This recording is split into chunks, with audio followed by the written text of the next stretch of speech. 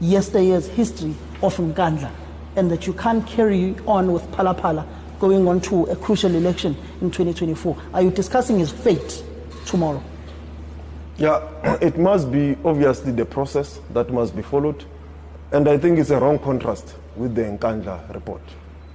If you look at the Nkandla timeline, Samuel, the issue started around 2011, 2010, if I'm not mistaken. There have been processes. The former president was allowed by the ANC to exercise his rights with regards to Nkandla. That's why there were a lot of processes, including the ad hoc committees, the parliamentary process, the public protector's report. If you remember, by the time the public protector's report was released, if I'm not mistaken, was around 2014. And he was allowed to follow it, even ourselves who were not in support of the former president, even at the time.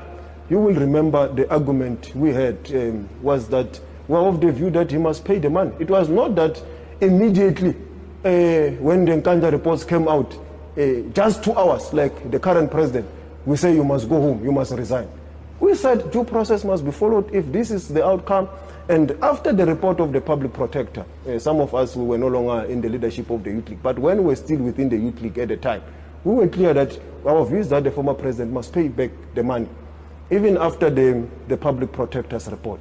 It's only after there was a constitutional court decision, which I think was around 2016, where now calls were made to say, but if the constitutional court says there were issues of constitutional violation, this indeed is the highest court in the land, we believe that the former president must respect it. So this president is just a report which there is consensus in society, academics, legal practitioners, everyone, that this report is flawed.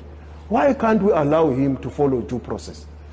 Like any other person, he has got the rights to exercise his rights, and be allowed to follow due process and take the process that he may want to take with regards to the report, which I believe it should be respected.